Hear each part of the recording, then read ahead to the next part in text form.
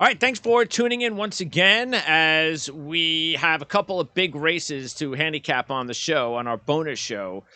This one is available for free this week, and that is because we have just too many good races to not share, and that includes the two races we're going to handicap today, the Gotham and the Fountain of Youth. How's it going, John? Good, Greg. How are you? Doing good, doing a lot better, and really excited about this season, especially because I think it's a really good thing that Bob Baffert is not going to be involved because I think it just makes it that much more wide open. I think we're going to see a wide open Kentucky Derby. Yeah, you probably will, and it won't take as many points to get in this year as it has in past years. And I urge everybody to listen to your show on Mondays with trainer Chad Summers for your Derby countdown because he's got a pretty interesting. We're going to see some of his horses actually running on Saturday in the Fountain of Youth. So let's see how his list shapes up after this week. That's right. How many? What do we have? Let's see. Because that's well, Fountain Youth is coming up second, and the Gotham is going to be our first race. And he actually has one horse in the race who I think the Morello is going off as the favorite in this race, but we're gonna that's the 9. So let's get started with the race at Aqueduct, and that is the mile Gotham, the Grade 3 Gotham, $300,000 for 3-year-olds, and this is going to be race 10. Should go off about 5:30 on Saturday. The only gelding in the race. This is a race of Colts, 30-1 shot. Running son of a gun, coming off a couple of 16s. Yeah, well, he would have to improve. John Toscano claimed this horse 2 starts back, and horse has 3 races, hasn't done anything wrong, but he's a little slow. He would have to make another big forward move to compete in here. Okay, the 2 is Glider, an 8-1 shot. Glider hasn't done anything wrong as far as the sheets are concerned. 24, 13, and 12. The 13 and 12 were obviously the last 2 races. The 12 is the first time that we've seen this horse on dirt. Right, and both of those races were without Lasix. Tomorrow he's off of Lasix. That last race was at Tampa, so not all horses that run well at Tampa run well elsewhere. But listen, he has a chance, but he's 8-1. I think you may have better options in here. Golden Code is a 12-1 shot with 2 15s. And that's a little slow. Fletcher, it's Carmouche. They're going to take some money, but they would have to make a giant forward move. Yeah, with Pletcher there, he's going to get overpriced. Yeah. The 4 is From Another Mother, and this horse is a 6-1 shot. And what you like about the sheets to start this horse's career, 32, 23, 16, 15. Then had the bad race at the Grade 2 Remsen at Aqueduct, first time at Aqueduct. But then the following month came right back with a 9. So what about From Another Mother? But the 9 was a Lasix pop. You see the F in front of the number. That was first time he ran on Lasix, and he popped with the Lasix. Now he's off of Lasix. It's off of a big race last time. It was in a big effort. He went from a 23 to a 9. Even if you want to look at the 15 to a 9, still a 6-point new top. He does have some time off. He's 6-1, but I think he's going to be part of the speed in this race, and I think that's going to hurt him. Does he have a chance? Yes, he has a chance. Is he my top selection? No, he's not. Dean's List is a 7-2 shot, the 5 horse. 2 races so far, a 14 and a 16.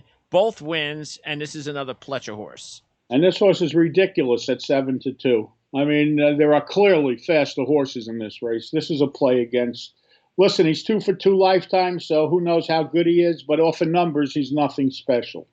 The 6 is a 15-1 shot. Life is Great, coming off of 14. Actually has 2 14s in the last 3 races, but so far that's the fastest we've seen from Life is Great. Yeah, well, but he really hasn't done anything wrong. He's getting better. The problem with this horse is that every time he runs a number, he seems to react. 14, 18, 16, 18. So I would say chances are he's probably going backwards. The good news about the horse, if you want to play him, is that he is 15-1. And he's just as fast as the 5, who's 7-2. So the 7 is too slow, correct? No need to worry. Yeah, too slow. Exactly. The 8 is Bold Journey, a 6-1 shot. Now, this is a good one because in the 3 races so far, we have 2 10s and a 12. The last 2 have been with William Mott. Yeah, well, this horse is a little bit of a concern. Last time out, he had a 5 length lead, and he stopped on a dime like he was shot. Really? Yeah, he was in front by 5 in the middle of the stretch and ended up finishing second. And it was a backward move. He ran 2 10s first 2 races. They were sprinting. 12 last time out was the first time at a distance. Really should have been better than the 12, but I'm nitpicking. But at least he's 6-1, so I could see a case for him if you want. But again, I don't like the way he stopped last time out, and there appears to be an abundance of speed in here. Okay, the 9 is Murillo. And this is actually, I believe this is a new entry. Yes, this is a new entry into Chad's poll. This is his 10th horse in his rankings for the Kentucky Derby. Murillo's a 3-1 shot. This is an Asmussen horse. 15 first time out. Made a nice move to a 9 in his win in February. So this horse has done nothing wrong so far, which is why Murillo is the favorite. Yeah, I don't know if he'll really be that big a favorite, but he's certainly one of the choices. And listen, he ran the 9. He's worked well after the race. And it's another Asmussen horse that could be any kind. Who knows? If he repeated the 9, it would certainly be no shock to me. Yeah, and also likes the track, which is important. Yeah, he's or 2 at Aqueduct. Yep. Exactly. And the 10 is Rockefeller, a 4-1 shot. This is a Baffert horse, and this horse is coming off a 14 to start 2022. Before that, ran a 13 in the Grade 3 win at Belmont. Yeah, the problem I have with this horse is his last race, the 14. You see, as a 2-year-old, he won 17, 17, 13. Comes out as a 3-year-old, he should have at least run that 13 or better. You know, making his first start off the fact that he ran a 13 as a 2-year-old. Problem with this horse is he's going to take a lot of money, and he's going to be a short price, and you can't use all the short price horses. So for that reason, I threw him out. I like Murillo the best. I just think he's a really good horse. And I played exactas with him with the 4 from another mother and with the 8 Bold Journey, 9 with 4 and 8. All right, I'm going to go with the 2 Glider, the 8-1 shot, coming off at 12 last time out on that Tampa horse that normally isn't a good sign for Aqueduct horses. Okay, let's go with the Gulfstream race, the big one, the Fountain of Youth. And this is a 1.16 Derby prep. This is a $400,000 race for 3-year-olds.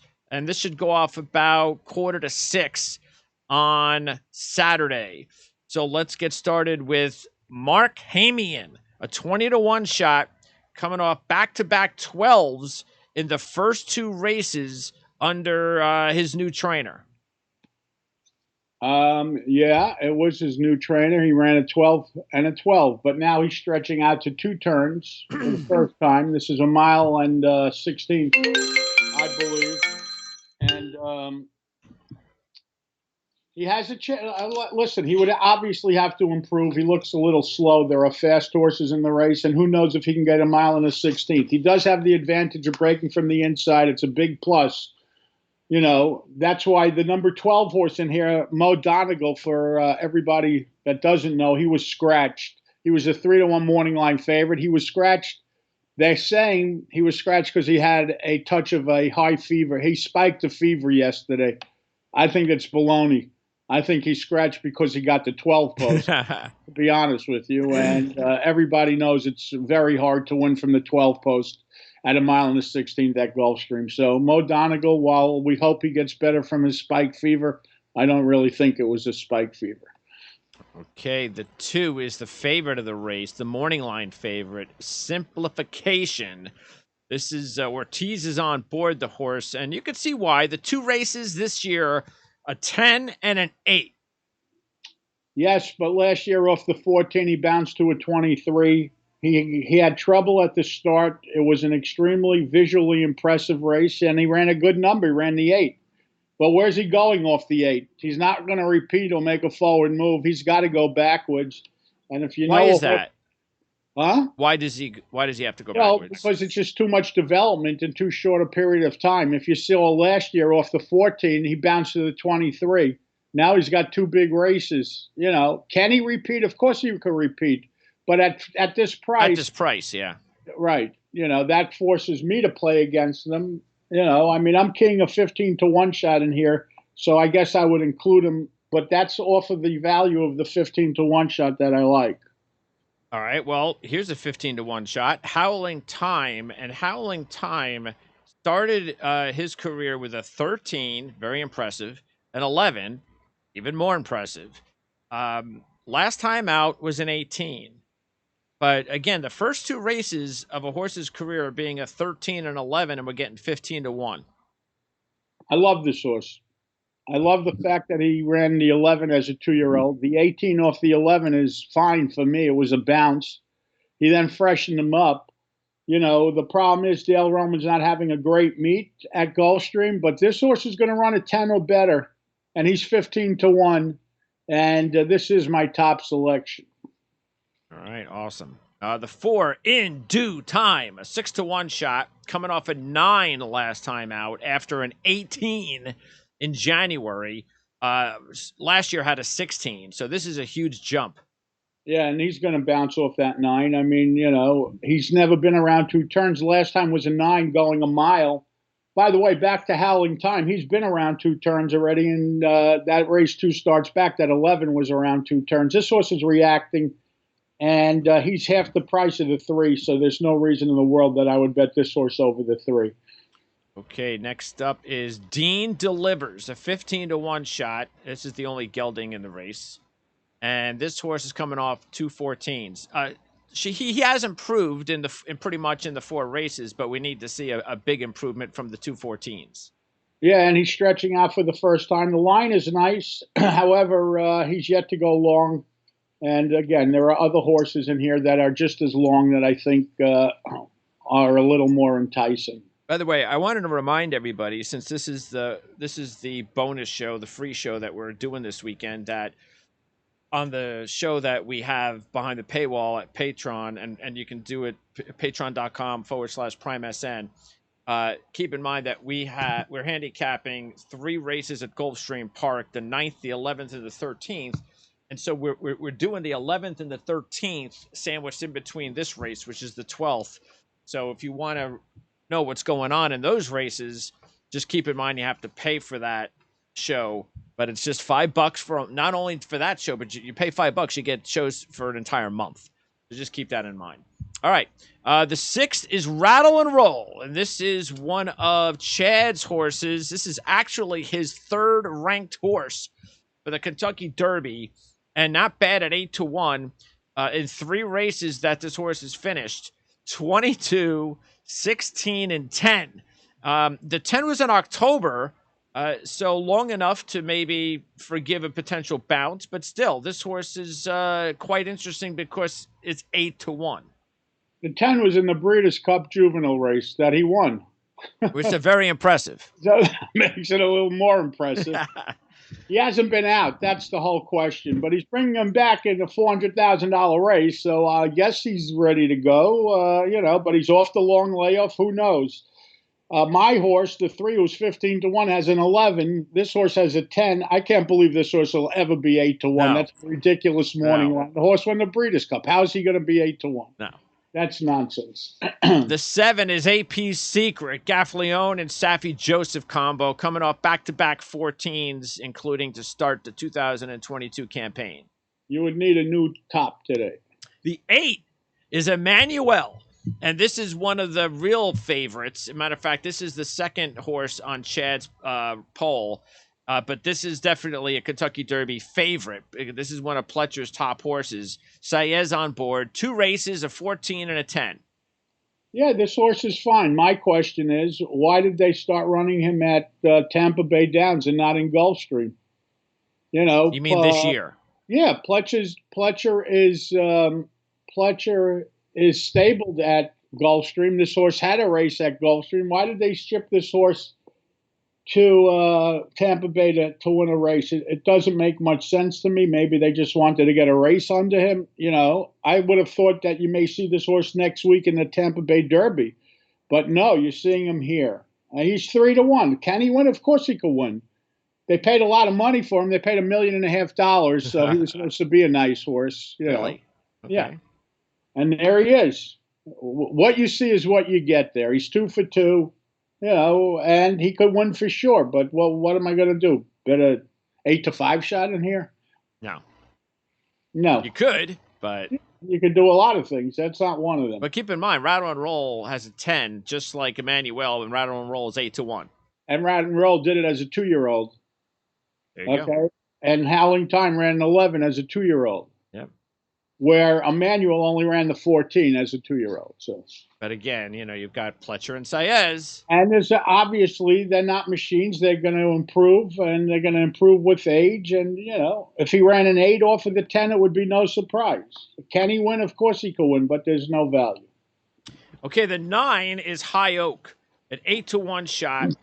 High Oak starts with a 22, then has a huge race at Saratoga, runs an 11, and goes 2 for 2 to start his career. Bounces, which we knew that was going to happen, to an 18 the next start. And, but... Disappears since last September. He hasn't been out. Yes, that's true. Now. What he's going to do, nobody knows. Trying 2 turns for his first time. He's bred to go long, but who knows? He's coming off of a layoff, and now you're in those tough outside posts. He's got post 9 going a mile and a 16th. Not the place to be. Giant Game, a 15-1 shot. Ran an 11 in November, but then bounced to a 22 to start the year in the Holy Bull. I don't like this horse. He should have. That 11 looks like it came out of nowhere. He got a lot of credit that day for being extremely wide. You see the big V on the sheets. Should have run much better than the 22 last time out. He didn't. So for that reason, he's being penalized and left off my list. Oh, Captain, 30-1 shot. Castellano on board, way too slow. Couple of 20s. 30-1 is an underlay. 13. Is there any reason why the morning line guys can't just put like 60-1 up there or 75-1? Yeah. If I was making, I'd go 99-1. Yeah. Galt gets to race because Mo Donegal scratched. Galt, Rosario, and Mott combo at 15-1, coming off back-to-back 13s. So that's not the worst idea in the world for a Mott Rosario combo at 15-1. No, the only problem this horse has is the post. His last 2 times at a mile and a 16th at Gulfstream, he was breaking from the rail in both those races. Now, good news for him. He's got the 12 post, which is really not good news for him. So I like the 3, Howling Time. I'm going to play exact as a width. The 8 for sure, Emmanuel. I guess the 6, Rock and Roll, and the 9. 3 was 6, 8, 9. Yeah, and I'll throw Galt into my exotics to see if maybe he can. Man. You never know. Because I don't know if we'll get 15-1 though. All right. Anyway, John, appreciate it.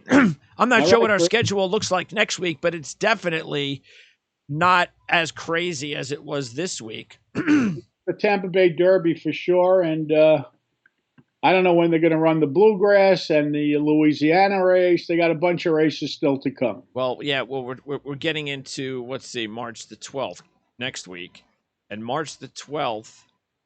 Yeah, you're going to be 6 weeks out or 7 weeks out from the Derby. So, well, like you said, we got the Tampa Bay. What is that?